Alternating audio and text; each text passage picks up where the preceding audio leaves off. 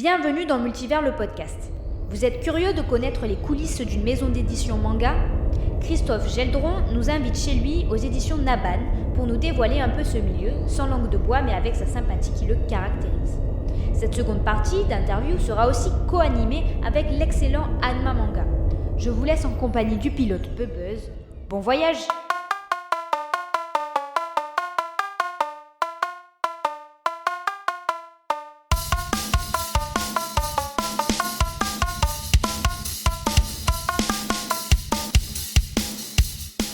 Bonjour les Cosmogeeks, voici la deuxième partie de l'interview de Christophe Geldron, patron de Naban, toujours en compagnie de l'excellent Anma Manga et de Bubuzz.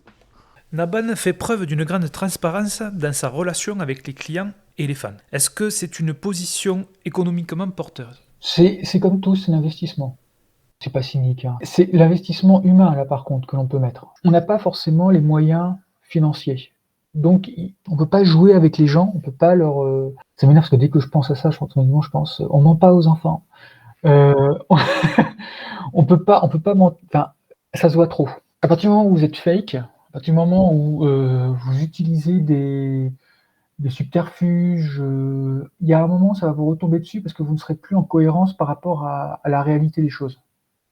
C'est-à-dire que ce que vous aurez dit à un an n'est plus valable un an plus tard, et vous arriverez même à vous contredire. Ah, mais avant, vous aviez dit que, maintenant, vous dites ça. Un éditeur qui m'a été très proche, qui a été champion pour ça, et qui s'est souvent fait attraper là-dessus, qui a été obligé de s'enrailler dans des explications farfelues, parce qu'au bout d'un moment, il savait plus ce qu'il disait. Là, le problème, c'est que dès le départ, j'ai voulu faire la transparence, parce que encore une fois, j'ai cette chance et cette malchance de n'être adossé à aucun groupe. Donc, j'ai la chance de, quand je parle pour moi et je parle pour la société. Je peux assumer mes erreurs de communication. Alexandre peut assumer ses erreurs de communication. Et on peut être transparent parce que en soi, on n'a pas grand-chose à cacher. Déjà, parce qu'on ne fait pas grand-chose, on ne fait pas beaucoup de mangas, on n'en fait pas 300 par an. Hein. Donc on n'a pas grand-chose à cacher. Et derrière, on est obligé de dire ce qui se passe.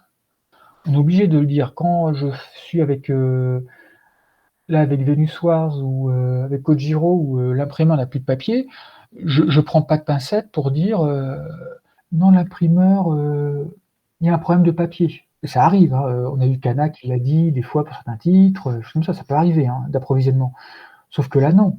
Là, je sors Kojiro je devais sortir à 5000 exemplaires, je le sors à 2500 uniquement avec la jaquette de Jérôme là pour fin octobre. D'ailleurs, je les ai là. J'ai reçu les bonnes feuilles hier, je les ai là. Le problème, c'est qu'au départ, je devais faire un tirage à 3000. Ils sont passés où les 500 exemplaires ? En juin, il me dit j'ai du papier pour 3000, on va repousser, parce que comme ça, je peux commander pour les 2000 restants, et pour faire Venus Wars, parce que c'est mes papiers. J'arrive en septembre, alors vous avez reçu le papier ? Ah non, on n'a pas, du coup, on avait presque pour 2500 exemplaires de Kojiro. Oui, mais à la base, j'en avais pour 3000. Ils sont passés où les 500 exemplaires que vous pouvez plus faire ? Ça, je peux le dire. Mais vous pensez bien que le CM de Kana, de Pika, de Kiyun, de Soleil, un truc comme ça, il peut pas le dire. Parce que c'est une responsabilité. Moi, je peux assumer de dire ça.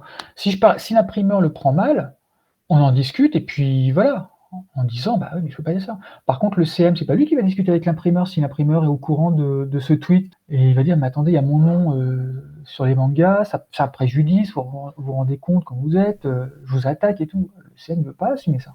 Donc, moi, je peux, et donc j'assume les conséquences. Ce qui fait qu'on peut être transparent, qu'on peut expliquer aux gens, qu'on peut expliquer souvent quand il y a des petits retards, parce que les gens ont une tolérance aussi là-dessus, parce que jusqu'à présent, on n'a pas pipoté, mais c'est justement ça. C'est-à-dire que tant que les gens gardent la confiance parce qu'on dit les choses, on peut faire accepter énormément de choses. Les gens, quand il y a eu l'année dernière la vidéo avec Lupin 3 et Bayonetta Jack, j'ai expliqué les choses. J'ai expliqué que même d'un point de vue personnel, ça allait pas. Donc c'était difficile de les sortir, que c'était long, qu'on a eu des problèmes avec l'autoreur, qui nous a fait perdre des mois. Je peux le dire, tout ça. Et les gens comprennent. Certains peuvent être agacés, je comprends, parce qu'ils avaient précommandé, et d'autres comprennent très bien. Et bien là, quand je vais annoncer le nouveau titre là dans quelques jours, ça va m'aider, parce que je vais dire aux gens, attendez, vous vous en souvenez l'année dernière, c'était pas sympa quand même, hein, c'était pas... Voilà. Bon, bah écoutez, faites-moi confiance, parce que là, cette fois-ci, comme je vous avais dit, l'autoring, enfin, tout est prêt. On a juste l'autouring. L'autouring va prendre 2 semaines, 2-3 semaines à tout faire. Ensuite, ça part chez le duplicateur. Pour décembre, vous l'aurez. Donc s'il vous plaît, précommandez en octobre, comme ça j'aurai l'argent pour tout le projet. Et derrière, vous aurez votre produit en décembre. Et là, les gens vont me croire parce que je leur ai dit la vérité il y a 1 an concernant les retards de Lupin 3 et Vanity Jack.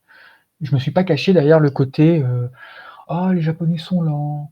Ah, il y a un problème. Oh, faut qu'on change». Non, j'ai dit les choses telles qu'elles étaient. C'est que moi, à titre personnel, ça n'allait pas tellement.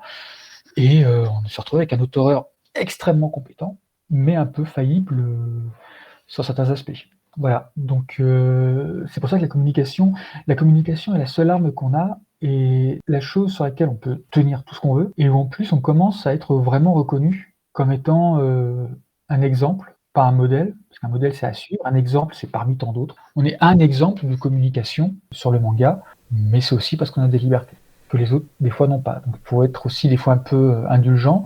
Des fois, je suis pareil, je suis comme tout le monde. Je regarde sur Twitter, je suis en train de m'énerver en disant, mais c'est pas possible. pourquoi ils communiquent comme ça? Mais c'est parce qu'en fait, en général, c'est pas le patron qui communique, c'est un employé, des fois même un freelance, souvent. Là, on a l'avantage, c'est que c'est Alexandre qui s'en occupe. Alexandre est partie prenante de Naban. Il le fait. S'il y a quelque chose à dire, on le fait tous les deux, autrement, il le fait sans me demander. Et c'est ça, je pense, qui fait la spontanéité et le fait que les gens le voient là-dessus. On sait que l'achat est un vote et que si l'on veut que les maisons d'édition comme la vôtre soient représentées pour proposer plus de titres de qualité, il faut les soutenir. Quel est le meilleur moyen pour vous, c'est-à-dire librairie, grande surface, ce que je suppose pas, parce que ça n'y est pas, les financements participatifs, quel est pour vous le meilleur moyen qui vous aide le plus? Oui, le meilleur moyen vraiment, c'est vraiment de prendre chez le libraire. Pour une raison toute simple, c'est pareil, là, on a fait en transparence depuis le début, j'avais fait en transparence depuis le début, quand je m'occupais soit de la communication au départ, les gens me disaient ah, c'est peut-être mieux que je prenne directement sur ton site, parce que du coup, tu auras 100% de l'argent et machin. Je disais oui, ça peut être sympa, mais ça fait une vente. Admettons, on reprend Old Boy, je vais toucher les 12 €, 11,36 hors taxe. C'est très bien. Par contre, si quelqu'un le prend en libraire et dit je voudrais le tome 1 de Old Boy, même si je touche moins de la moitié du prix hors taxe, qu'un éditeur touche moins de la moitié du prix hors taxe du livre, lequel il va payer tout le monde, y compris les droits d'auteur. C'est encore un autre débat, mais c'est pas forcément des monstres assoiffés de pognon. Eh bien, peut-être que ce libraire ne nous connaît pas. Donc peut-être qu'il va en prendre 2. Peut-être même qu'il va en prendre 3 parce qu'il a oublié d'en reprendre. Ah oui, c'est vrai, tiens, du Old Boy, j'en ai plus. Je vais en prendre 3. Et là, du coup, je vais gagner plus que sur une seule vente, sur le site. Donc, c'est pour ça que souvent, on incite les gens, on le dit toujours, si vous pouvez, prenez chez un libraire. Si vous pouvez pas, prenez d'abord sur notre site, si vous le connaissez. Et si vraiment ça vous embête, prenez sur la Fnac ou Amazon. Mais allez-y dans cet ordre-là. Voilà. Mais on le dit toujours, si vous pouvez pas parce que vous êtes loin d'un libraire, si vous pouvez, bah oui, à ce moment-là, essayez de prendre chez nous. ça nous ferait plaisir. Voilà, faut pas hésiter à le faire chez le libraire parce que vraiment, si vous y allez et que votre libraire ne nous a pas, vous nous faites connaître, chose que nous, on ne pourra pas vraiment faire, à part des fois y aller, si on est en déplacement dans une ville, on ne pourra pas le savoir, et le libraire, lui, peut-être pourra voir le catalogue, voir ce qui existe, peut-être prendre juste le tome 1, va dire, tiens, il y a 4 tomes, prends les 4 tomes d'un coup, ça va faire alimenter la machine. Les libraires, à notre niveau, sont vraiment essentiels. Alors on va rentrer dans un petit tunnel. J'avais annoncé sur mon compte Instagram que j'allais interviewer un patron d'une maison d'édition sans dire de laquelle il s'agissait. Et j'ai proposé à quelques personnes, s'ils le souhaitaient, de me faire part de quelques questions qu'ils aimeraient poser à un patron de maison d'édition indépendant. Donc les questions qui suivent sont celles qui m'ont été proposées. Alors c'est souvent d'un angle un peu différent que ce qu'on a déjà dit, mais ça se rejoint. Alors la première, c'est quelles compétences faut-il pour créer et gérer une maison d'édition ? Elles sont multiples. Alors c'est compliqué si on est jeune. Moi du coup je suis mal placé puisque j'ai appris sur le tas, évidemment. Que c'est là au niveau de Naban, c'est l'ensemble de ce que j'ai appris depuis 20 ans qui fait que j'y arrive. Ça paraît bête, mais la gestion est primordiale. C'est-à-dire que il faut savoir se donner les moyens de faire fonctionner une maison d'édition. Donc ça veut dire avoir déjà au départ une somme à mettre, parce que les banques ne vous suivront pas. Les banques peuvent financer les licences, mais ne peuvent pas financer le reste. C'est-à-dire qu'elles ne peuvent pas financer une impression, par exemple. C'est considéré comme du stock, c'est interdit. Donc elles ne peuvent financer que du matériel ou de l'immatériel. Le boucher va vous dire pareil. Sa chambre froide, elle peut être financée, sa demi-carcasse de bœuf, elle peut pas. Le manga, c'est pareil. Donc il faut savoir gérer. Donc si vous avez quelqu'un qui est dans la famille qui est commerçant, comme ça peut aider justement à savoir comment le faire. Si vous faites des études de gestion, ça peut être bien aussi. Et donc ça dépend vraiment de ce que vous voulez faire. Soit s'il y a une petite maison d'édition indépendante pour sortir des trucs avec des potes, des choses comme ça. Là, vous essayez juste de regarder combien ça coûte et combien ça peut rapporter. Voilà, vous n'en vivez pas. C'est pour faire le week-end, c'est pour faire pendant les conventions, pendant les salons. C'est de l'auto-édition, il y en a plein qui le font.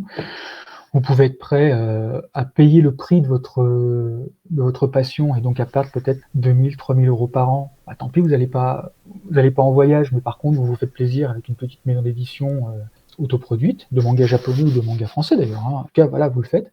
Si par contre, vous voulez le faire de manière professionnelle, il y a donc 2 choses. C'est vraiment savoir au niveau de la gestion. Deuxièmement, avoir un apport financier dès le départ. Ça, par contre, n'est pas un métier qui est aidé. On n'est pas avec la vidéo, le cinéma, où il y a le CNC derrière qui vous aide. Ici, pour le livre, on a le CNL, qui est une tannée, vraiment. Donc c'est très compliqué d'avoir des subventions là-dessus. Les banques ne vous prêteront pas. Donc, il faut avoir. Alors, j'ai lu plusieurs fois des choses. Il y avait quelque chose qu'on m'avait passé une fois qui était très intéressant là-dessus. Si vous voulez monter une maison d'édition, la moyenne, donc une maison d'édition avec laquelle vous voulez vivre après et qui doit payer tout le monde, il faut compter pour la première année à peu près 70 000 euros. Comme un fonds de commerce, pareil, parce qu'il va falloir acheter des licences, il va falloir être au départ avec les traducteurs, la PAO.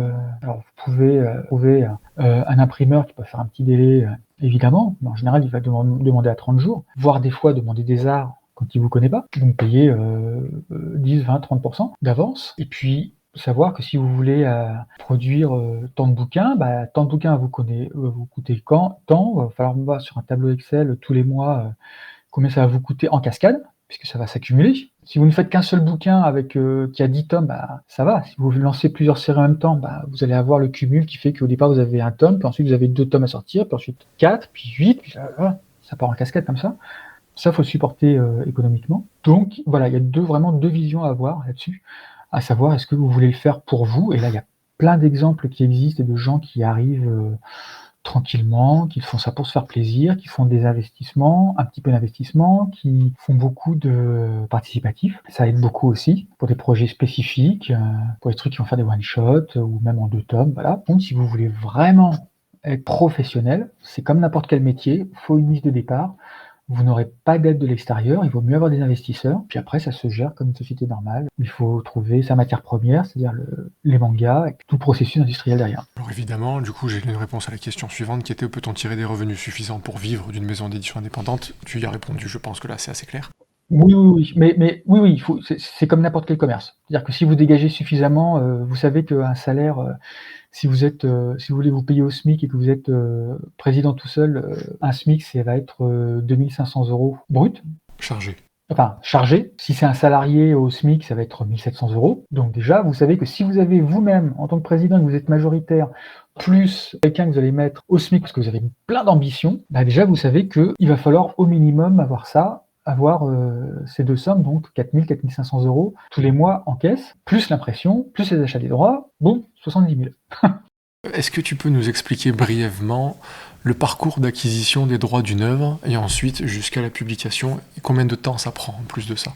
En tout, ça peut prendre si on suit le circuit classique avec un distributeur, ça va prendre entre 9 et 12 mois. Je vais pas vraiment parler du côté temps d'acquisition, parce que ça peut être en 2 semaines, comme ça peut être en 3 mois ou 6 mois ou 2 ans. Kazetoki no Uta, on a mis 2 ans. Mais par contre, il y a la négociation qui peut se faire. 15 jours, 1 mois, elle se fait avec un agent littéraire, très souvent avec le Japon. Quasiment aucun éditeur ne vend par lui-même, à part Kodansha, qui a un bureau et qui vend par lui-même. Vous regardez à la fin des mangas, vous verrez que ça a toujours été fait through. Alors c'est Toei Corporation, Total Mori, chez nous pas mal le bureau des copyrights français, ou Tohan. Voilà. Là, il faut payer, donc il faut faire le contrat. Ça peut aller vite, ça peut être 1 mois. Maintenant, la partie la plus dure, même par rapport à un manga, ça peut être, fait en traduction, il faut recevoir le matériel évidemment, faire en 15 jours, ça peut être fait en un mois si c'est quelqu'un qui a beaucoup de travail à côté, mais vous voulez absolument cette personne, bah, tant pis, hein. Ah, si c'est quelqu'un qui n'en fait pas énormément, il peut faire ça en 2 semaines. Pour un manga classique, hein, s'il y a des recherches à faire, historiques, choses comme ça peut être évidemment plus compliqué. Donc déjà là, on en est à peu près à 2 mois. Le temps le plus long, c'est si vous passez par un distributeur, parce qu'un distributeur vous allez faire un programme tous les 2 ou 3 mois,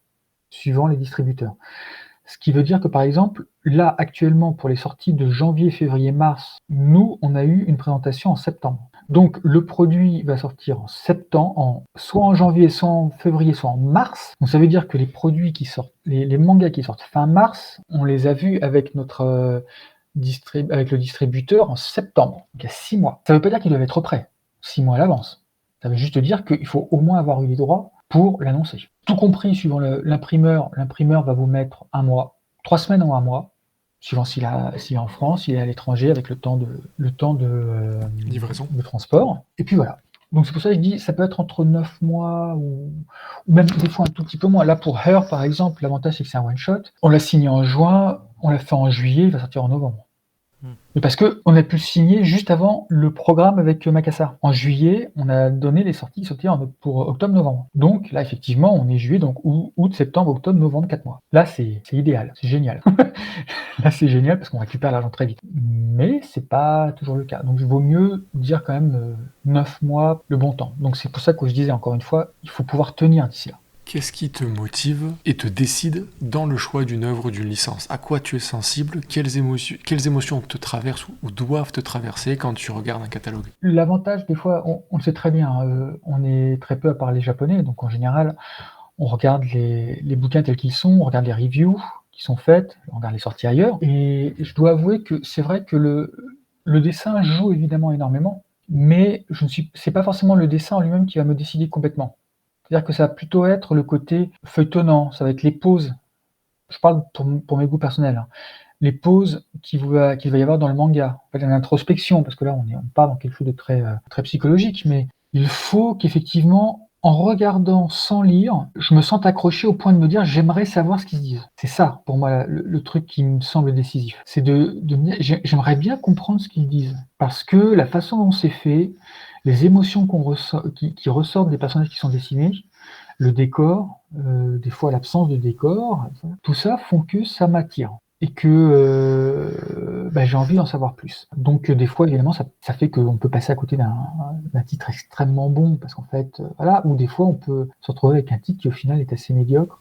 Heureusement ça n'a pas été notre cas, mais un titre qui au final se révèle décevant parce que ça s'étiole très très vite. Passer le premier ou le deuxième tome, et puis voilà, on va se retrouver avec un truc un peu lambda. Mais voilà, c'est ça qui le traverser. C'est pour ça, par exemple, demande à Modigliani, c'est ce que j'ai fait.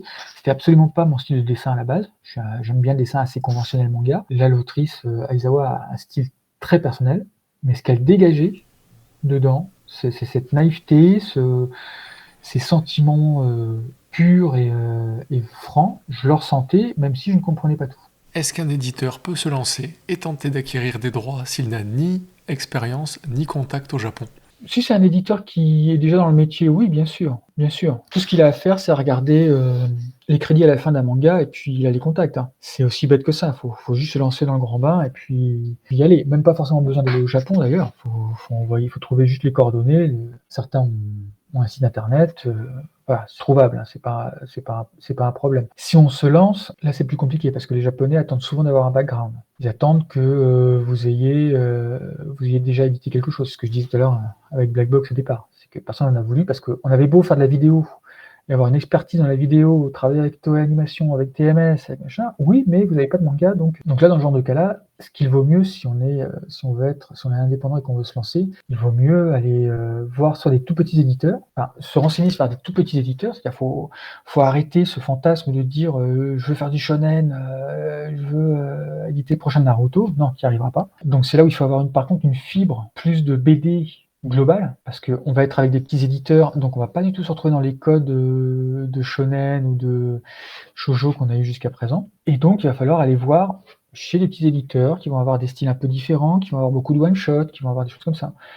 Et où là, peut-être qu'on peut ils vont accepter parce que ce n'est pas un gros enjeu pour eux, mais que vous leur aurez montré que, vous êtes motivés et de dire: «J'aimerais bien commencer avec ce titre-là, j'aime beaucoup son style, j'aime beaucoup son dessin, regardez, j'ai le manga avec moi, j'ai machin». Ça peut permettre de briser la glace et de commencer et donc à partir du moment où vous commencez avec un éditeur, même s'il est petit. Les gros, vous pouvez aller voir un éditeur un peu plus gros, qui va pas vous dire oui tout de suite, mais qui va avoir votre oreille parce que vous aurez un manga à lui présenter. Il va regarder la couverture, il va regarder la jaquette, il va regarder comment c'est à l'intérieur, est-ce que c'est bien imprimé, est-ce que le papier est bon, est-ce que c'est pas trop cheap, est-ce que voilà. Et c'est comme ça que vous allez pouvoir progresser.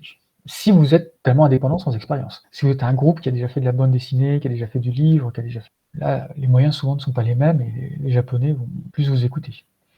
Est-ce que Naban a un positionnement quant aux créations françaises de manga? Est-ce que tu reçois des dossiers spontanés d'auteurs français? Et sur une autre destination, est-ce que l'élargissement à des œuvres de type création taïwanaise est prévu, envisagé ou possible dans les années à venir? C'est une question très spécifique d'internautes. Je vais faire un rebours. Autre que japonais pour l'instant, rien n'est prévu.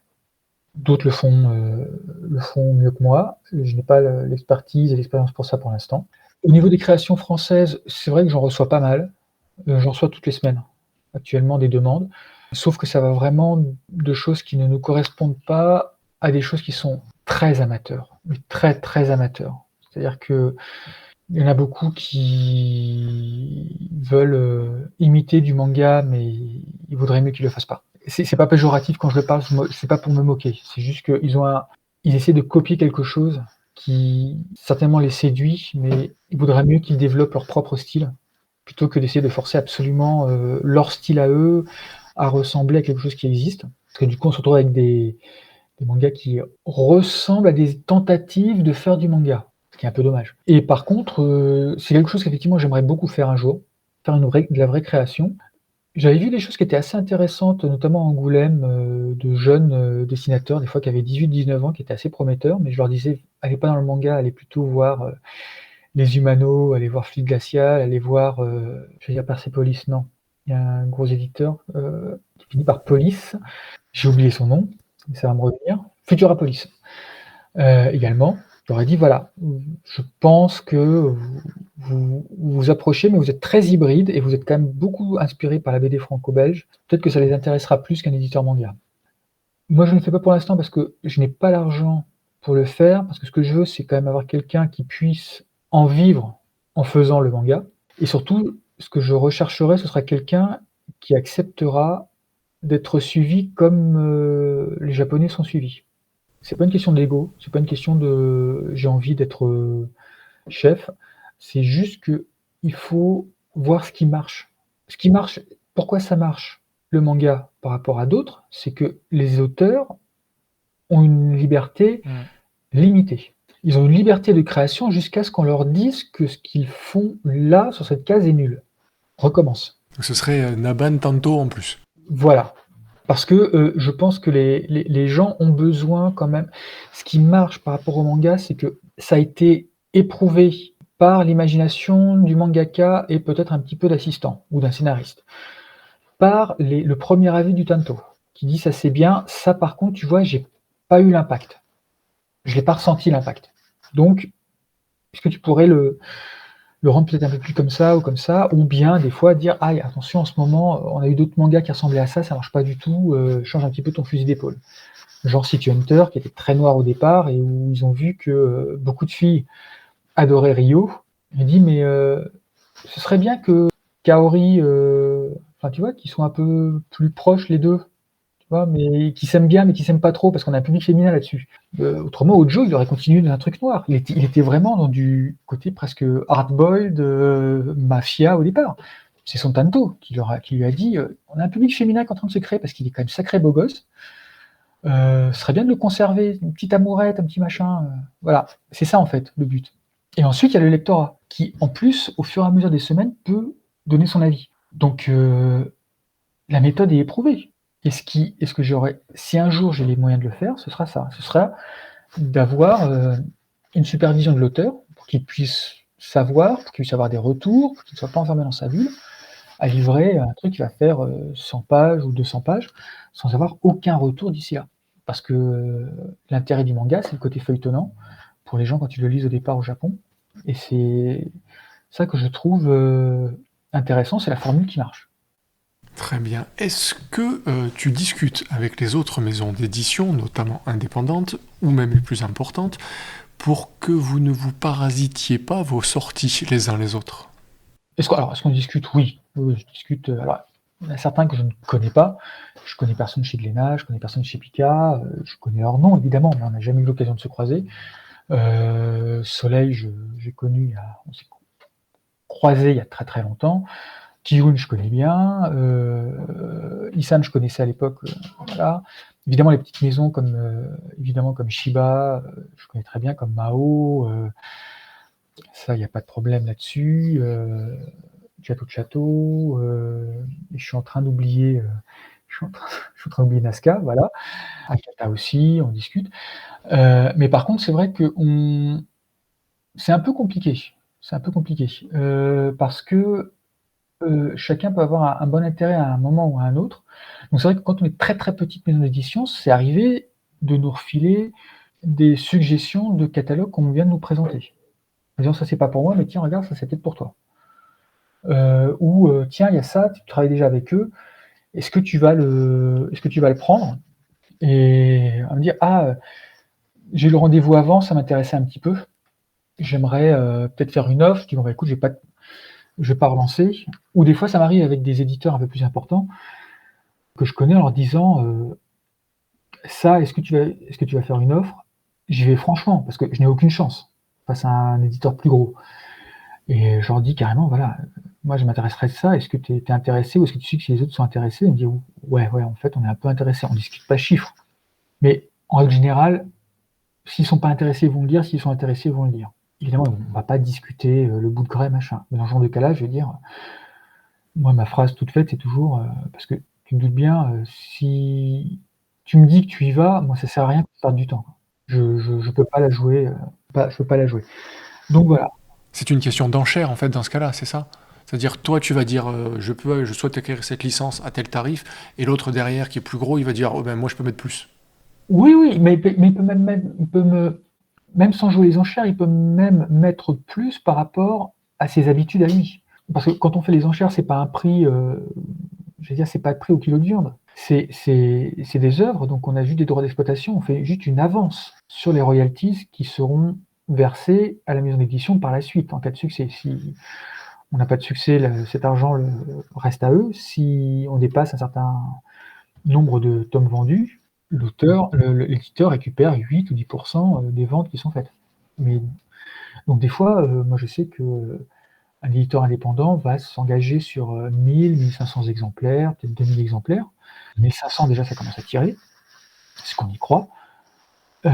Mais certains éditeurs, bien installés, juste pour ne pas avoir à payer de royalties trop tôt, eux leur minimum ça va être 3 500.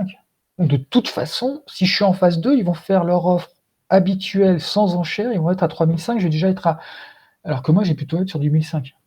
Donc autant leur demander. Parce que s'ils sont à 3 500, même s'ils disent je vais pas mettre plus, je vais jamais mettre 4 000. Je peux pas. Quand je dis 4 000, c'est pas euros, c'est 4 000 exemplaires d'avance. Donc oui, on discute de ça. C'est des fois un peu l'avantage aussi d'être un tout petit indépendant, c'est qu'évidemment, je ne serai pas forcément une menace là-dessus. Je le suis de façon cachée quand justement je vais prendre des titres auxquels eux n'ont pas pensé ou n'ont pas vu. Genre les Yasui. C'est arrivé, non, il n'y a pas longtemps. Voilà, les éditeurs, en fait, c'est juste que les éditeurs pensaient que c'était plus dispo, et puis ils ont tellement de choses à voir toute l'année. Avec plein d'éditeurs. Yasuhiko, ils se sont dit ça va être long, il n'y a pas de fichier, il n'y a pas de truc. C'est dans un coin, c'est dans un fichier. Puis on oublie. Par contre, il y a un petit comme moi moi j'ai que ça à faire. J'ai que ça à faire à trouver des titres comme ça qui sont plus depuis longtemps. C'est là où on fait la différence. On l'a abordé sans le dire aussi. Quel serait le tirage minimum possible pour Naban, et qu'est-ce qu'un gros tirage chez Naban? Si on peut donner ces chiffres, si on peut pas. Oui, non, mais ça là-dessus, c'est pas un problème. Un petit tirage, ça va être 2000 exemplaires, qui correspond en gros à ce que forcément plus on imprime, moins le coût unitaire est important. Toujours pareil, c'est du prix gros. Là, par contre, chez l'imprimeur, hein, plus on imprime, moins c'est cher du même produit. Derrière, par contre, au niveau du plus gros, bah là, par exemple, c'est Kojiro où j'ai pour l'instant tiré à 5000 exemplaires en une fois. Waveboy, j'ai fait plus, mais en réassort, en réimpression. Et là, c'est la première fois que vraiment je peux faire aussi gros. Alors, je l'avais dit tout à l'heure, je l'ai fait pour Boss ou Crève. Le premier, les premiers, je les avais fait à 5000 aussi, mais c'est des petits tomes. Là, c'est des gros tomes qui coûtent beaucoup plus cher à 5000 exemplaires. Donc là, l'investissement est énorme. Peut-être qu'un jour, un éditeur normal plus hors gros tirage important d'un shonen, chose comme ça peut être pareil, ça peut être du 5000, 7000. Il y en a certains que j'ai vus, mais je ne vais pas dire parce que c'est à eux de le dire si un jour ils veulent le faire. Ils vont être à 7000 sur des titres dont on sait qu'ils se font un peu plaisir avec ça. Voilà, c'est important pour eux, ou c'est un auteur qui suit, et puis ils suivent le reste, mais c'est pas en adéquation avec les autres œuvres précédentes, machin. Donc eux, parce qu'ils ont l'habitude et parce qu'ils ont des prix avec les imprimeurs, puis ils vont faire des millions de leurs titres phares shonen. C'est un petit investissement, mais ils vont en faire 5000, 7000. Mais les 7000 vont quand même leur coûter largement moins que moi avec mes 5000. Parce qu'ils auront des grilles de tarifs largement meilleures que les miennes. Quels sont les objectifs d'évolution de Naban? Là, ce serait arrivé à une vitesse de croisière au niveau du nombre de sorties dans l'année. Donc là, j'ai dit, là, c'est pas un secret parce que les gens ont juste à faire le calcul. Avec tout ce qu'on a annoncé, on va être entre 45 et 50 titres l'année prochaine. Là, on en a une trentaine. Et je pense pas qu'on va augmenter de beaucoup après. Voilà. Peut-être qu'à un moment, on arrivera à 60, histoire d'avoir, je sais pas moi, 5 sorties par mois, 4 ou 5 sorties par mois. Enfin voilà. Enfin, déjà, si on arrive à faire 4 sorties par mois, à les tenir sur 12 mois, ce sera déjà très bien. Sans compter qu'évidemment, on a comme je fais de la réédition, des fois j'ai des tomes qui sont beaucoup plus gros. Kojiro compte pour 4 tomes hein, quand même. Hein. On le fait à 32€, 8 x 4, 32. Donc c'est l'équivalent de 4 sorties en fait pour moi. Donc je compte aussi ça comme une sortie, non pas 4 sorties différentes. Donc voilà, on va essayer d'être à 45 à peu près, 45-50, peut-être 60 en vitesse de croisière. Pour faire ça, on va essayer de peut-être aller un petit peu plus à la source. C'est-à-dire, là, par exemple, d'ici quelques temps, on va annoncer une autrice qu'on a signée, qui a un titre très bien, qu'elle a fait au Japon chez un éditeur, mais elle a récupéré ses droits, donc elle va le faire et il y a plein de choses. Pas encore dévoilé pour l'instant, mais il y a plein de choses qu'on va faire avec elle. Et donc là, ce sera un peu notre premier pas de semi-producteur, on va dire, avec elle. Et puis aussi développer la vidéo. Ça, c'est une envie plus personnelle. Parce que j'aime bien continuer à faire des rééditions.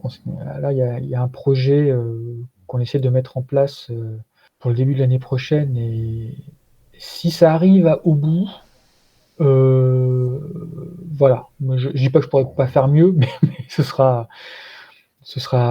juste géant pour moi. Parce que la vidéo reste quand même quelque chose que j'aime bien faire. Et d'un point de vue, là encore, purement économique, c'est des sorties qui se font beaucoup plus rapidement. Mais non, là pour l'instant, je pense que ce que j'ai toujours envie de continuer à faire, c'est essayer de trouver des titres, essayer de faire des rééditions, de redébloquer un petit peu les droits. On se renseigne beaucoup sur des VF perdus, on essaie d'en localiser, on essaie de... Voilà, on a plein de petites choses de prévues, et si elles se font, ce sera juste génial, et on se dira, ah enfin, voilà, là il y a des sorties ultimes en Blu-ray qui se feront. Pas forcément en 4K, hein, c'est compliqué, hein, des fois, il faut avoir les... Mais bon, là, il y a un truc, on essaie de voir du 4K et du Blu-ray. Voilà, essayer de développer ça, plus pour le final, peut-être des auteurs maison, j'espère, un jour.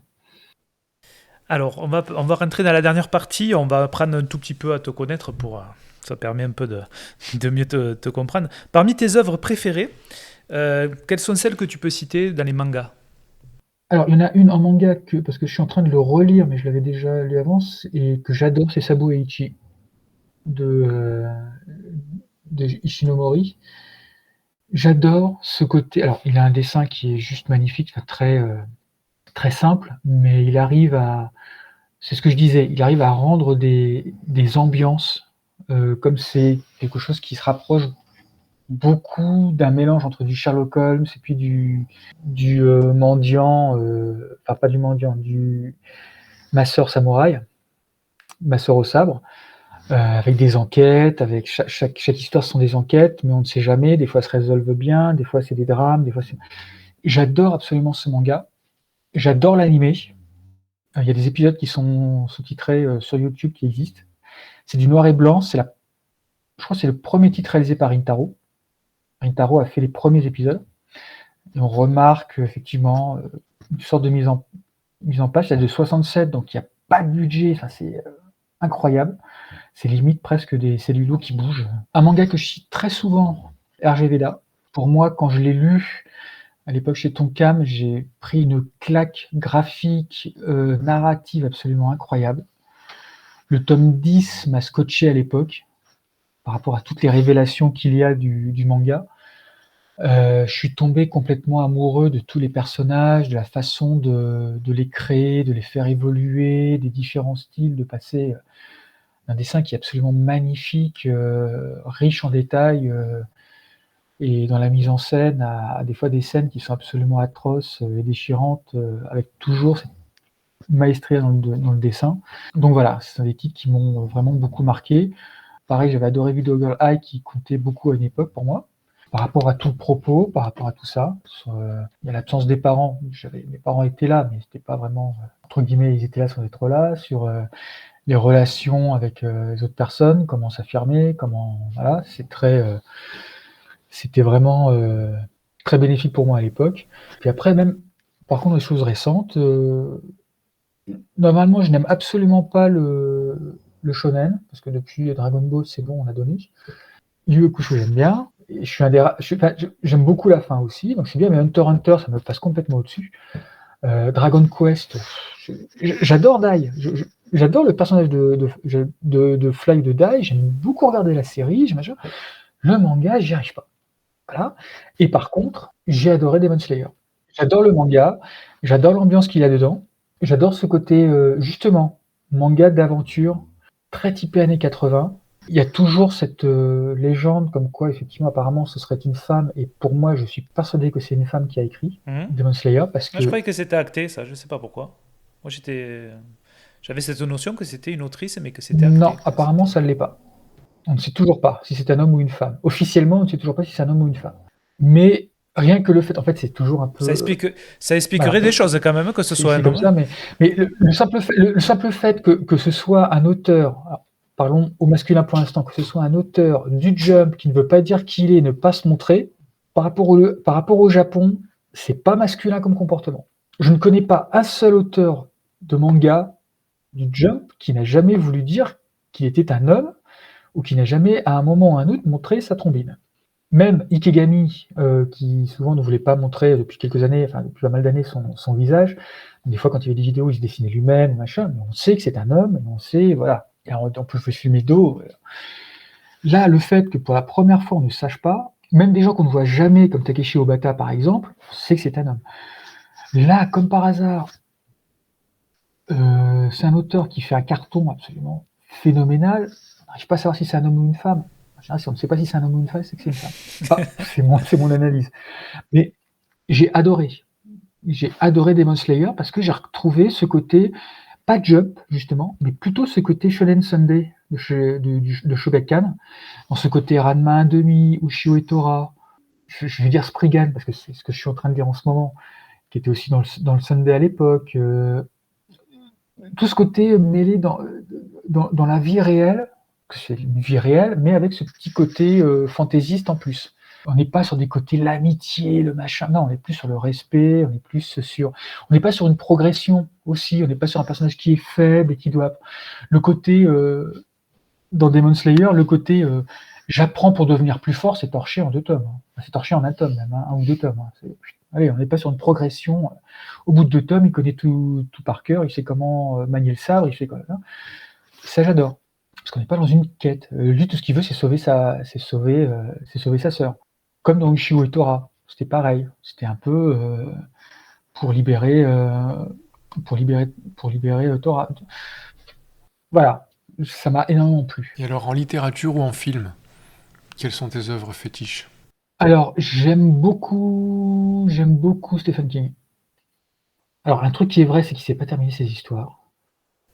Mon Dieu, que c'est... Ça dépend lesquels, quand même. Quand même. Hein. Enfin, souvent, la fin, on s'en souvient pas tellement. Hein. Mais c'est le voyage. L'avantage de lui, c'est le voyage. Si Oui. Salem se termine bien. Enfin, Salem a une vraie fin, je trouve. Mais le reste, après, Shining, fait tout exploser, excuse-moi. J'aime beaucoup James Ellroy. Il sort un nouveau livre, là, d'ailleurs. Vraiment. Mais c'est pour ça. Il sort un nouveau bouquin, là, je crois, ce mois-ci. Il en sort un. Tu le connais forcément parce que c'est lui qui a fait LA Confidential, le Dahlia Noir, qui ont été adaptés en film. Il avait fait...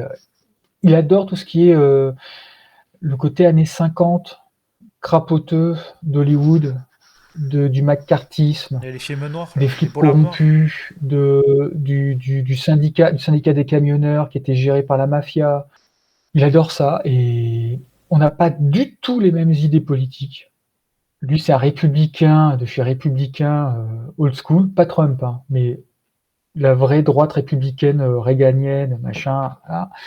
Donc on n'a pas du tout les mêmes. Mais il décrit tellement bien tout cet univers, il tire sur absolument tout le monde. Il est génial, j'adore le lire. Ça fait, j'arrive pas à tout suivre parce que c'est des gros tomes à chaque fois. Donc voilà, là je recommence parce que j'avais commencé et je l'avais pas fini, donc je le recommence. Je suis en train de lire Le Grand Nulle Part que j'adore.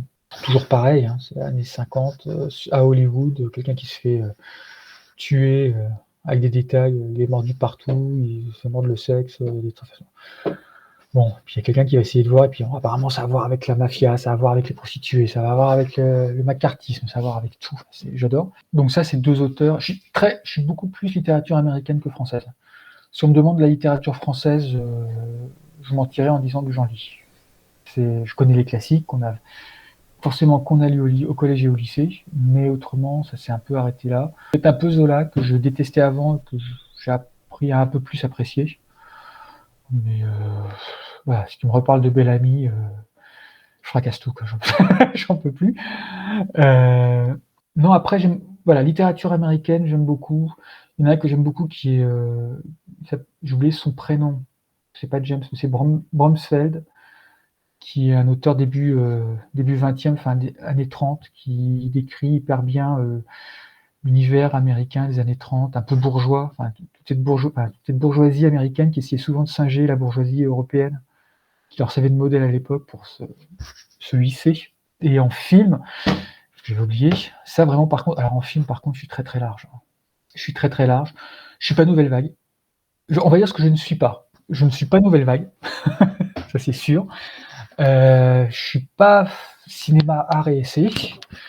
J'aime beaucoup mes réalisateurs favoris, c'est Hitchcock. Pour moi, là-bas, c'est Hitchcock, parce que je considère que c'est vraiment lui qui a fait le cinéma moderne, en tout cas le cinéma d'après-guerre. Je veux dire un peu l'équivalent d'un Tezuka, c'est-à-dire que c'est quelqu'un qui a reposé des bases, qui du coup maintenant semble tellement évident que ce cinéma paraît déplacé, mais à chaque fois c'est la base. C'est un peu, lui, ce qu'il a fait, c'est le cinéma pour les nuls. C'est-à-dire, tu veux faire du cinéma, regarde ce qu'a fait Hitchcock, déjà, tu auras toutes les bases. Voilà. Après, tu modules. Donc, la modulation, ça va être du Spielberg, ça va être De Palma, Scorsese. Je préfère d'ailleurs Scorsese à De Palma. De Palma a un côté très ampoulé, très, très lourd narrativement. À part Carrie, le reste, je trouve ça très, très pesant, la façon qu'il a de filmer. Par contre, Scorsese, tu me parles tu me fais Casino, tu me fais le Loup de Wall Street, tu me fais même, j'allais dire avec DiCaprio, mais en fait, ils en ont fait tellement. Mais dans l'hôpital psychiatrique, Oui. Ah bah c'est l'adaptation d'un bouquin de Donald Westlake en plus. Oui, c'est... Shutter Island. Pardon? Shutter Island. Voilà, Shutter Island, que j'adore. Voilà, ça j'aime bien. J'aime beaucoup Spielberg, j'aime beaucoup tout ce qui est fantastique. J'adore les films d'horreur. Ça, j'adore les films d'horreur. Moins les films d'horreur italiens. Je trouve ça pareil. Je trouve ça too much. J'aime pas. Il y a des plans, on comprend plus ce qui se passe, parce que tellement c'est cuté. On se croirait dans Les Visiteurs. Enfin, des fois, tu sais plus où est la caméra, où ça passe. Enfin, t'es là, je comprends pas. Le plan d'avant, il était là, il était au fond, maintenant il est là. Bon, ça me touche pas. Par contre, j'adore m'éclater avec des films d'horreur. Depuis que je suis tout petit, j'ai commencé avec Freddy et depuis, voilà, toutes les grandes sagas d'horreur, toutes les films, quelques films des fois trauma que j'avais adoré à l'époque quand j'avais découvert c'est pareil, Radioactif, Oui, c'est les films l'homme trauma, radioactif comment il de chez s'appelle? Trauma, c'est Toxic Man. Toxic, Toxic Avenger. Voilà, Toxic Avenger. J'adore tout ce qui est Brian Yuzna, donc ça va être Reanimator, From Beyond, Street Trash. Street Trash, j'adore, parce que justement, alors là par contre, c'est le mec, j'aime bien le mec à un moment s'est retrouvé une foi chrétienne, il a quand même rejeté son film par la suite, mais c'est tellement du n'importe quoi. La période horreur Peter Jackson que j'adore, et d'ailleurs à tel point que quand j'ai vu Brain Dead, je l'ai vu au cinéma, donc je suis très content d'avoir, à l'époque, d'avoir l'âge pour le voir, parce que c'était en 93. Il était un dernier qui a moins de 16 ans, ça va. Quand je l'ai vu, je me suis dit, bon, d'accord, le film de zombie est mort. Le film gore est mort. Tu pourras pas aller au-delà. Il a fait le film final du gore. Et d'ailleurs, après, le style s'est arrêté parce que tu peux pas faire mieux et tu peux pas faire plus. Donc voilà. Donc, cette période Peter Jackson, j'adore. Carpenter, là par contre, j'adore tout ce qu'a fait Carpenter. Justement, dans ce côté, on fait un divertissement, mais derrière, il y a un message. On veut dire quelque chose. Alors des fois, c'est pas évident, des fois, c'est très évident avec They Live. J'ai oublié le titre français. Ah oui, c'est Invasion Los Angeles. Voilà, Invasion Los Angeles, que j'adore, où là par contre c'est quand même c'est franc. C'est franc sur le côté on vous manipule, la pub est là pour vous endoctriner, les politiques sont des extraterrestres qui sont là pour vous asservir. Enfin, voilà, mais quand tu regardes The Thing, c'est pareil, t'as beaucoup de critiques et voilà, la fin en plus est ouverte et ça fait 40 ans que les gens se demandent est-ce que quand ils se retrouvent à deux, est-ce qu'il y en a un des deux qui est The Thing ou est-ce qu'ils sont humains tous les deux, on ne sait pas. Voilà, tout ce pan de cinéma, puis on avait dit Verhoeven aussi. Bon, quand j'ai découvert avec La Mouche, je me rends même compte que maintenant, je pense que je n'ai pas vu La Mouche depuis très longtemps. Je pense même que maintenant, par rapport à tout ce qui m'est arrivé dans la vie et tout ça, je pense même que j'aurais du mal à le regarder. Alors quand je l'ai vu, j'avais peut-être 17-18 ans et j'adorais. Et, je l'avais enregistré, il était même passé sur France 3 à 20h30 quand même, à l'époque. Hein. C'était pas la même époque. Tu vois, c'était quand même dingue. Je l'avais enregistré et j'adorais le film, j'ai regardé plusieurs fois. Je pense que maintenant j'aurais du mal à le regarder. Tellement il est finalement très malaisant. Et des choses que j'avais vues au premier degré, d'un côté film juste d'horreur.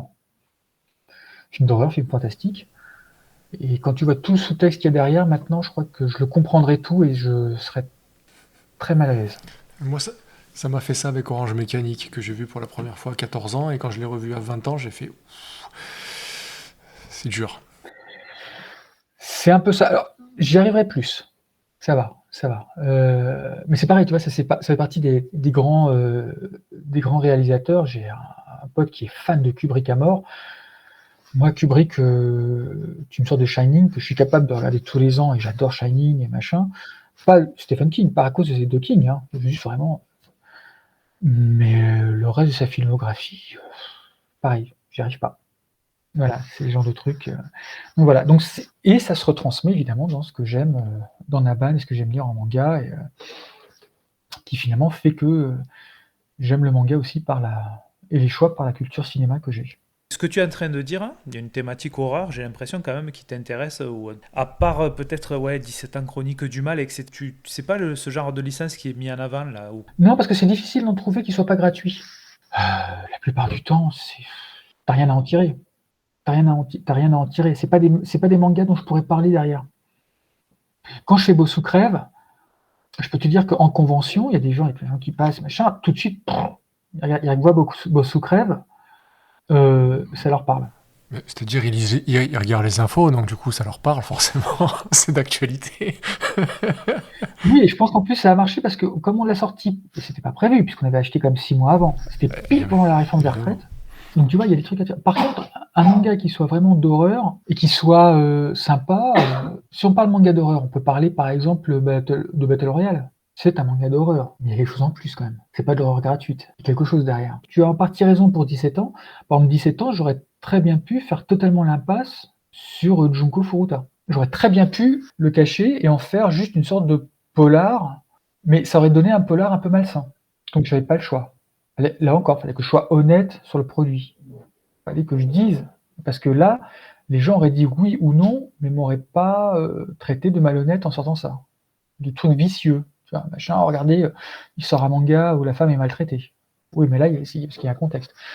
Donc, du manga d'horreur, j'aimerais bien, mais j'arrive pas à trouver un truc qui soit un peu fun, un peu. Alors, j'avais vu ça à l'époque avec Black Box quand je faisais avec. Il y avait des one-shots que j'avais sortis de Okazono, que j'aime bien. J'avais fait Hurlement, j'avais fait un autre, j'ai oublié le nom, qui lui fait. C'est pareil, il fait un truc, c'est chez Tonkam qui sort, c'était Freak Island, avec une grosse tête de cochon. Un tueur avec une grosse tête de cochon, voilà. Donc lui, j'avais discuté un petit peu avec lui à une époque, comme on pouvait, hein, on était par traducteur universel sur Facebook. Mais c'est pareil, lui était très fan du cinéma d'horreur des années 80. Là, par contre, si tu veux, ça se voyait qu'il s'inspirait beaucoup de ça. Et le problème juste des mangas d'horreur que, pour l'instant, que je vois, c'est que ils sont trash pour être trash. Mais pas de la façon de street trash, par exemple. Où là, c'est même pas du sang, où tu vois les giclées, c'est fluo. toutes les couleurs de l'arc-en-ciel. À un moment, t'as un des mecs qui se fait arracher son zbou, on le voit partout. Ouais, Ça, tout le monde s'amuse avec. c'est un truc de dingue. Mais c'est fun et décomplexé. Le problème de beaucoup de mangas d'horreur que je vois, c'est que c'est une formule. Donc j'arrive pas à trouver le truc. Et souvent, en plus, le problème, c'est qu'ils mélangent beaucoup avec du cul. Et ça, je suis mal à l'aise. Voilà. Je suis très ouvert.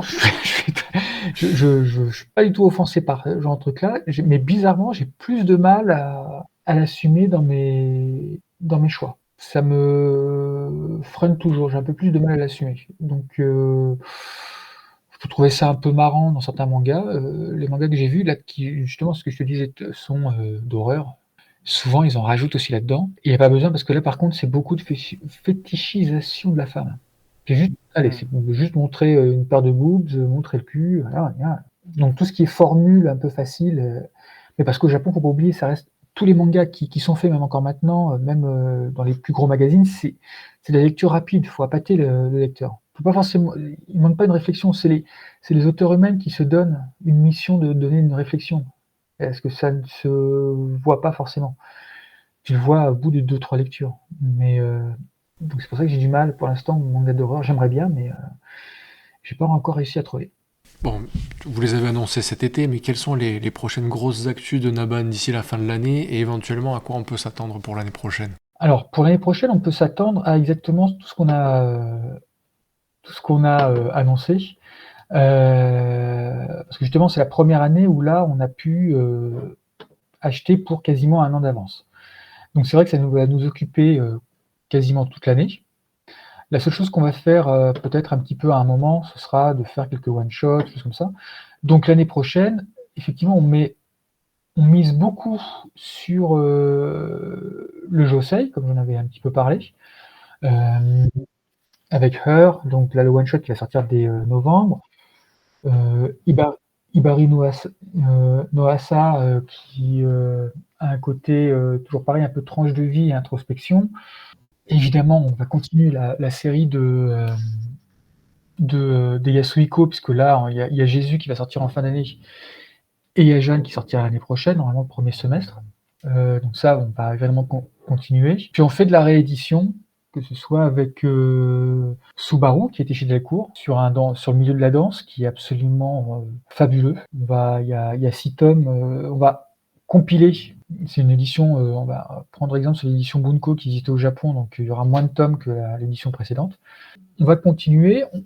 Peut-être qu'on va là actuellement, c'est ce que je disais tout à l'heure, essayer de trouver des titres en complément, peut-être un peu plus d'action, un peu plus peut-être fantastique, science-fiction, parce que c'est des genres que moi j'aime. Ce sont des lectures que j'aime, mais là par contre ça va plus être quand l'occasion va se présenter. On a des pistes, des choses que sont en réédition ou en nouvelle édition. Là par contre évidemment je peux pas en parler parce qu'on est en train soit de regarder, soit on n'a pas entamé, mais du coup on veut pas que les autres le sachent, pour éviter qu'ils s'y intéressent, pour leur redonner des idées. Donc voilà, et puis surtout, j'allais oublier évidemment la grosse sortie de l'année prochaine qui sera Kazetoki no Uta, où là on est sur du patrimonial, on est sur un des piliers du manga, parce que ce manga-là a défini avec son travail, avec le travail d'Akemiya, mais aussi d'autres travails de Moto Hagio évidemment, le genre Boys Love.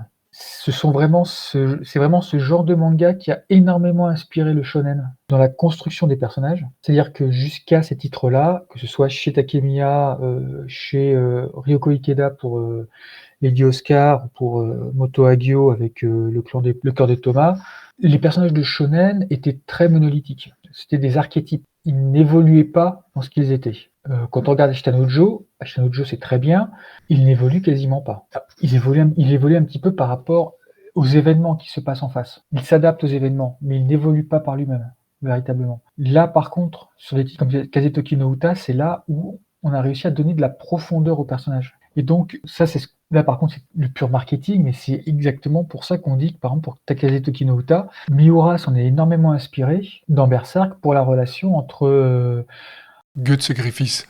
Voilà, et Griffiths. Quand tu regardes l'interaction des deux personnages, la façon dont ils sont dessinés, surtout Griffiths, machin, c'est du Kazetoki no Uta. Et il l'a dit lui-même. Et Berserk était édité, et est toujours édité, chez Hakusensha, qui est le pendant féminin de la Shueisha. Donc, tout ça se regroupe. Donc, c'est pour ça que là, ce sera une très grosse sortie, par contre, parce que on est vraiment sur le genre de manga qui a redéfini tout un pan du manga mainstream par la suite. Ça parle d'inceste, ça parle de viol, ça parle de drogue, ça parle de traîtrise, ça parle de puissance dominant-dominé. C'est très bien vendu. C'est très bien vendu comme ça. Ah oui, non, mais ce titre-là, il est majeur au Japon, et c'est pour ça que les autres titres qu'on fait à côté vont aussi accompagner tout ça. Et rejoindre ce que je disais, c'est-à-dire qu'on ne sort pas des titres impunément, on le sort pour des raisons principales. Donc c'est là ce qui attend toute la line-up l'année prochaine. Et il y aura certainement quelques ajouts, mais ça c'est au fur et à mesure. Est-ce qu'on reste sur ce titre-là pour la traduction française ? Non. Là, normalement, on est en train de voir. Alors, je me trompe toujours, mais on essaie de prendre le titre de l'artbook. Le chant. Alors, Kazetoki no Uta. C'est-à-dire le chant du vent dans les arbres, un truc comme ça. Enfin, j'ai oublié, pardon. Alexandre va me crucifier après. s'il écoute, parce que j'ai oublié le nom. Mais voilà, le chant du vent et des arbres, je crois. Mais on fera un titre français. Déjà, Takemiya voulait un titre français, donc c'est pour ça que c'est Destination Terra et pas Terrae. Voilà. Donc là, je pense que ça va être la même chose. Le titre est traduit en italien, il est traduit en espagnol, donc très certainement, on préfère. Et tous les titres, normalement, même tous les titres là qu'on va sortir vont être auront des titres français. Alors, est-ce que tu as un dernier message à faire passer ? Dernier message, oui, il va être très court parce que j'étais très long. Je remercie évidemment tous les gens qui nous suivent depuis le début, qui ont bien compris la démarche, qui nous suivent énormément en librairie, les libraires qui, ça y est, commencent à bien nous repérer et qui nous suivent, et on sait que c'est parfois quelque chose d'assez militant de leur part, de pouvoir nous mettre en avant, de nous garder, de ne pas renvoyer forcément les bouquins même s'ils n'ont pas été vendus, mais de nous garder en fond. Donc voilà, on va être plutôt dans les remerciements. Je vais remercier évidemment Alexandre parce que il m'a rejoint il y a 2 ans, et là tout ce que vous voyez actuellement en shoujo, en josei, c'est lui qui l'a fait. Je voulais en faire, mais je n'avais pas les compétences pour le faire et lui savait exactement comment allier à la fois ses envies, mes envies, l'identité de Naban, qui ne devait pas forcément changer, alors qu'on changeait quand même de genre et qu'on était très typé seinen. Donc voilà, je remercie Rudy pour toute son aide parce que c'est quelqu'un que vous ne connaissez pas mais qui m'aide énormément également, qui me soutient. Et ce que j'ai envie de dire, c'est voilà, essayez de autant que vous pouvez de soutenir les éditeurs indépendants qui ont quand même pas mal de choses à voir. Ne faites pas la leçon à ceux qui ne le font pas. L'important, c'est de faire du manga. À partir du moment où les gens achètent du manga, c'est bon pour les libraires. Si c'est bon pour les libraires, ils ont de l'argent. S'ils ont de l'argent, ils prennent plus de risques à acheter ceux des petits éditeurs. Donc, surtout même si vous en avez qui sont accros au Jump, qui ne vont lire que Boruto, Fire Force, One Piece, machin, c'est pas grave. Du moment qu'ils en achètent, ça permet indirectement aux petits éditeurs de vivre parce que ça permet aux libraires d'en vivre et de proposer plein de titres différents derrière et d'avoir un maillage absolument exceptionnel de librairie. Donc voilà, proposez-leur autre chose, proposez-leur d'aller sur autre chose. C'est un peu ce qu'on essaie de faire avec Naban. Leur dire, bah regarde, là t'as un truc un peu plus adulte, mais qui peut te plaire, ou là c'est un peu plus féminin, mais tu vas voir, c'est tout aussi important. Voilà. C'était ce que j'avais un petit peu envie de dire à la fin. Où est-ce qu'on peut te retrouver ? Alors, on est sur absolument tout. On est sur Facebook, pour les vieux, comme moi. On est sur Insta, pour les un peu moins vieux, mais qui ont envie de chaton. On est sur Twitter, pour ceux qui sont un peu sadomaso. On est sur TikTok, si vous avez envie de nourrir l'impérialisme chinois. On est partout. Vous pouvez nous retrouver. Alors, on a évidemment un site qui est naban-édition.com où là, vous pouvez avoir tous nos titres. Et c'est encore ce que je disais, c'est si vous n'avez pas de libraire près de chez vous, là, par contre, prenez chez nous, ça nous aide. Puis voilà, puis on fait. Alors, pour l'instant, on ne fait pas de live, on ne fait pas de Twitch, on ne fait pas de choses comme ça. Peut-être que ça viendra l'année prochaine quand on sera un peu plus organisé. C'est quelque chose que j'aimerais bien faire. Mais voilà, n'hésitez pas à venir. On peut discuter avec vous. N'hésitez pas avec les messages de soutien. On apprécie. Et puis surtout, dernier truc, oui, puisqu'on est sur tous les réseaux, quand vous lisez les mangas et que vous aimez, n'hésitez pas à partager surtout. C'est extrêmement important. Notre relation avec les gens et notre réputation, c'est beaucoup fait sur le bouche à oreille. Sur les gens qui avaient beaucoup aimé nos titres et avaient fait une story, avaient fait un tweet, avaient fait un message, des fois avaient même fait sur TikTok. Parce que on se retire du côté purement promotionnel et ce sont vraiment des ambassadeurs, des gens qui n'ont rien à gagner en fait à dire que c'est bien. Et ça attire beaucoup et ça provoque des ventes. Ça attire des ventes. Donc voilà, donc n'hésitez pas. C'est extrêmement important ça par contre quand on est petit éditeur. Si vous achetez, même si vous êtes que sur Facebook, c'est pas grave, partagez. Nous on repartage derrière et ça nous permet nous de montrer aux gens, regardez, on ne fait pas que de la promo, les gens sont d'accord avec nous. Bien, merci beaucoup pour ce temps, pour ces heures, pour toutes ces informations. Moi, j'ai trouvé ça passionnant. C'était vraiment super. On a beaucoup gagné un level sur la culture japonaise et aussi sur l'histoire française de la japanime et du manga, puisque tu as été un acteur assez actif à cette époque. Merci pour cette interview.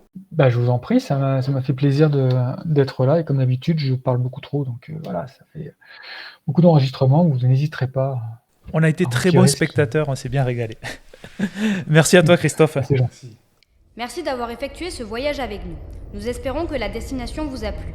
Si vous avez apprécié cette expérience, merci de commenter, noter ou liker cet épisode sur votre application de podcast. Vous pouvez nous suivre sur les principaux réseaux sociaux, Instagram, YouTube, Facebook et autres. Sur Multivers le podcast, tout attaché. À bientôt pour la découverte de nouveaux univers. Vers l'infini et c'est déjà pas mal.